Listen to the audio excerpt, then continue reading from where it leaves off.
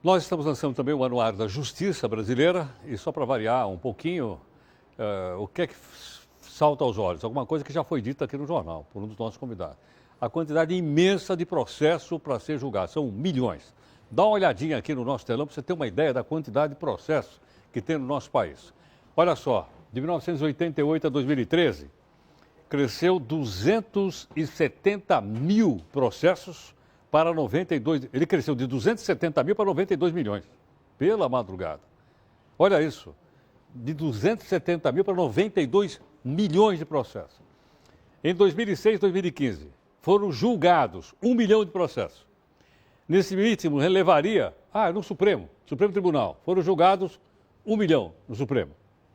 Nesse ritmo, levaria 920 anos para acabar com as ações atuais, sem não aparecesse, mas não é legal 920 anos?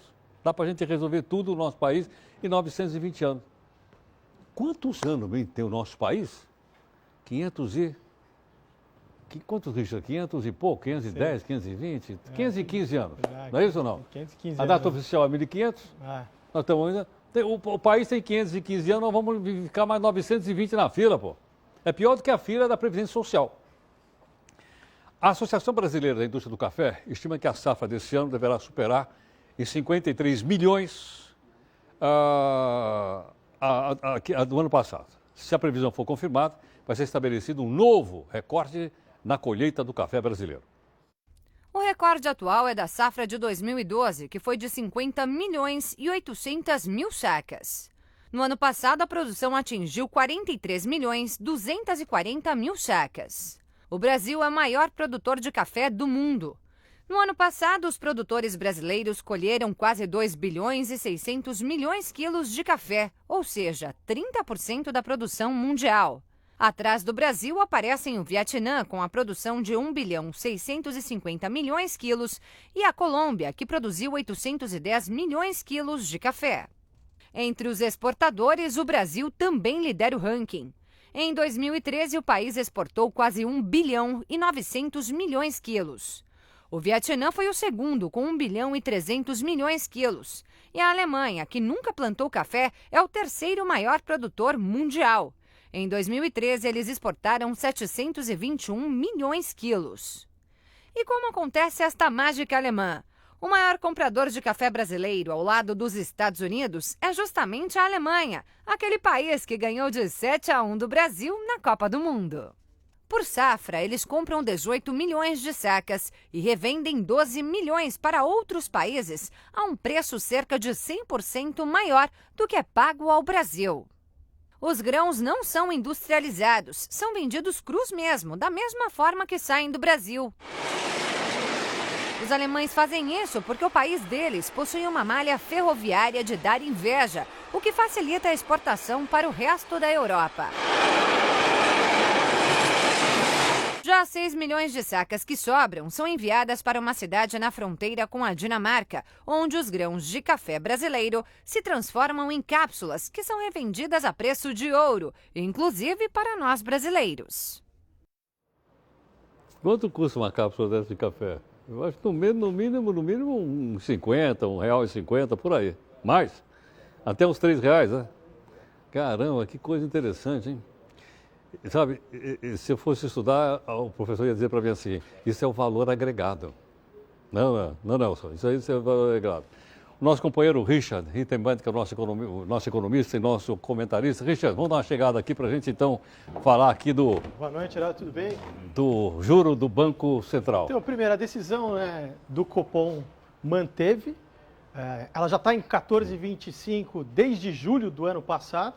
E a grande diferença é que aqueles dois membros, os dois diretores, Tony Volpon e Sidney Correia, que vinham votando para um aumento de 0,5 ponto percentual, eles agora votaram com a maioria para manter a taxa básica de juros e o comunicado também, o Banco Central reconheceu que o combate à inflação está tendo uma eficiência e começa já a preparar o mercado para uma possível redução da taxa básica de juros, como a gente já vem há algum tempo, alertando. A minha expectativa é que essa redução ela vem em julho, porque em junho tem uma reunião, mas eu acredito que ainda não. Eles vão divulgar o relatório de inflação, já vai ter desacelerado mais, e aí em julho começa, porque a gente tem agora a reunião em junho, julho, agosto, outubro e novembro. Não tem em setembro e nem em dezembro. Posso dizer que então esse vai ser o primeiro sucesso do governo Michel Temer?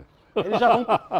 E outra ironia é que essa equipe do Banco Central, que manteve esse aperto monetário aí quase 3 anos, talvez eles não tenham o gostinho, né, de iniciar a redução. Mas para a gente entender... Sob nova direção, você quer falar? Exatamente.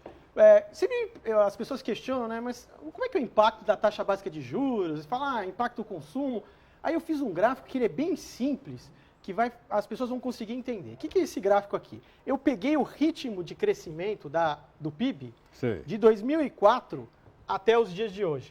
Então imagina, Heródoto, como se fosse um carro, e a gente está pilotando, no caso aqui, o primeiro piloto é o Meirelles, depois virou o Tombini, né, os presidentes do Banco Central, e aí tem a velocidade no velocímetro, para a gente ver se a economia está crescendo a tanto, né? Aí a gente vê que a economia já chegou a crescer em ritmos de 8% ao ano, foi desacelerando, próximo a zero, vai e vem. Agora a gente já está num crescimento negativo, ou seja, andando para trás, já 5%, 6% de uma velocidade. Só que aí, o que eu marquei aqui com as setas? Eu marquei exatamente quando o Banco Central começa um ciclo de aperto monetário, que é o quê? Quando ele começa a aumentar a taxa de juros, e ciclos de afrouxamento monetário, quando ele começa a reduzir a taxa básica de juros. Outra informação que é muito importante para quem está assistindo a gente é que pensa que o ritmo de crescimento econômico ele anda junto com a criação de empregos. Então, quando a economia está acelerando, a gente está criando mais postos de trabalho. Quando a economia está mergulhando, a velocidade dos postos de trabalho é menor. Quando ela fica negativa, a gente está destruindo postos de trabalho. E é a situação atual. Exatamente. Então, a gente vê aqui a seta vermelha aqui, a economia chegou a crescer no ritmo de 8%, aí o Meirelles começou um ciclo de aperto monetário. O que acontece com a atividade econômica? Caiu. A atividade econômica caiu, o Banco Central começou a reduzir a taxa básica de juros, a seta verdinha. O que acontece com a atividade? Sobe de novo. Aí subiu, de novo ele começa o ciclo de aumentar a taxa básica de juros. Olha só, atividade, e aqui também tem esse mergulho, que é a crise de 2008, que foi uma queda livre. O Banco Central começa a reduzir fortemente a taxa básica de juros para reanimar a economia, vem a recuperação. É a mesma coisa. Então, assim, fica muito claro de como o Banco Central ele vai pilotando a economia, o ritmo da atividade. Me explica uma coisa, e por que ele aumenta a taxa de juros? Porque todo esse problema a economia, quando começa a crescer muito, se ela estiver acima da capacidade do país de produzir os bens e os serviços, ela começa a gerar pressões inflacionárias e outros desequilíbrios. Por exemplo, a economia está crescendo muito forte, todo o consumo muito forte, a gente começa a comprar muitos bens de fora, importação, a gente precisa de dólares para pagar isso. Então começa a deteriorar as contas externas, começa a pressionar a inflação. Por isso que agora, na situação atual, que é um ciclo mais longo, 3 anos já de aperto monetário, a economia mergulhando, por que o Banco Central ele não reduzia logo e reativava a atividade? Em primeiro lugar, ele demorou para agir, então ele perdeu credibilidade quando você tinha uma inflação de preços livres, que é aqueles que o governo não controla. Estavam subindo e aqueles represados pelo governo estavam lá represados, a inflação média ela parecia comportada. E mesmo assim o Banco Central, é nesse ciclo aqui, ó, ele começou a reduzir bruscamente a taxa de juros até aquele 7,25, lembra? Lembra? E aí nesse 7,25 ele exagerou na dose. E aí era para ele ter sido mais prudente. Que a elevação de juro também é uma forma de tentar segurar a inflação? Totalmente, é o instrumento mais eficaz. Então, quando falam, mas está tendo desemprego, queda no consumo, isso fez parte do ajuste. Como você não teve do lado fiscal, o governo equilibrando as contas dele para controlar o crescimento da dívida e sinalizar para os agentes econômicos, para nós, olha, a gente pode honrar nossos compromissos, somos pessoas sérias, está tudo sob controle, não vai ter aumento de imposto no futuro. O Banco Central ele pode carregar a mão menos, ou seja, uma intensidade menor. Quando do outro lado já está muito correndo solto, desequilíbrio fiscal, o Banco Central é obrigado a aumentar um pouco mais a taxa básica de juros. Essa sua pergunta é excelente, porque a nossa política monetária tem uma outra distorção, Heródoto. Qual é? Que é os créditos subsidiados. Tem muitos créditos que são concedidos, principalmente para as grandes empresas, que elas não sofrem influência da taxa Selic. Mas aonde elas pegam essa grana desse jeito? Por exemplo, o BNDES, se a gente for ver, nos últimos anos, quem pegou Quer a dizer, maior quem parte... pega a grana no BNDES não paga essa taxa de juros? Não, vai pagar menos? uma taxa subsidiada muito menor, aí vai pagar os 5, 6... Qual é o endereço lá do BNDES? E se a gente computar ainda a inflação do período, que aí calcular a famosa taxa de juro real, tem pessoas aí que conseguiram pegar crédito aí com uma taxa de juro real zero ou até negativa. Então, assim, é uma condição assim, ultra especial. Aí agora, para a gente animar e dar uma boa notícia final. Né? Vamos lá. O Banco Central agora, como eu disse, ele sinaliza que ele vai, em breve, reduzir a taxa básica de juros e vai formar uma setinha verde aqui. O que vai acontecer com a atividade econômica? Vai subir. Vai começar a recuperar, a gente vai começar a parar de destruir postos de trabalho, aumenta a arrecadação, e aí falta o outro lado, que é a questão fiscal, né? Que aí, com o fim da crise política, que já está aí nos capítulos finais, esperamos, aí não tem como, vai ser obrigado o governo que for a fazer o tal ajuste fiscal. Até fazer o ajuste fiscal. Tá bom. Cristiano, senta um pouquinho lá, voltamos a conversar daqui um instantinho. Bom, acho que ficou bastante clara a explicação, como sempre, ficou bastante clara a explicação dada pelo Richard, para a gente poder entender então a relação que existe aí entre a taxa de juros, o crescimento econômico do país e também o controle da inflação que ele acabou de explicar aqui, que é um instrumento de política econômica importante para tentar segurar a inflação. Em que pese haver críticos, né, brabo a respeito dessa questão, mas é assim mesmo, a economia também tem mais de uma face. O governo da Venezuela decretou o seguinte, que o setor público vai trabalhar só 2 dias por semana. Você já pensou, só 2 dias por semana? É ou não é o paraíso?